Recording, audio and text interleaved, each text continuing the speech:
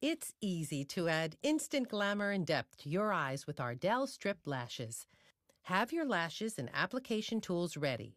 Ardell Strip Lashes, Lash Grip Adhesive, small scissors, tweezers.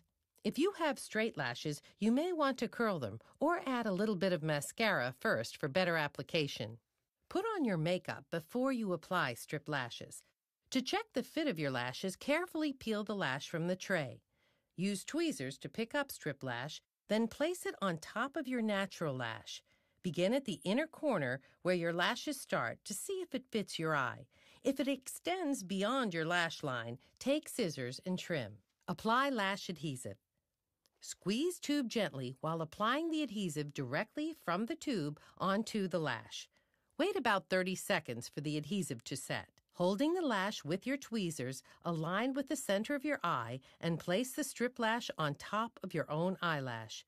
Position it as close to your natural lash line as possible. Use your fingertips to gently press the lash in place. Now, wasn't that easy? To remove your lashes, gently peel off. Always remove your lashes before going to bed and clean so they can be used again.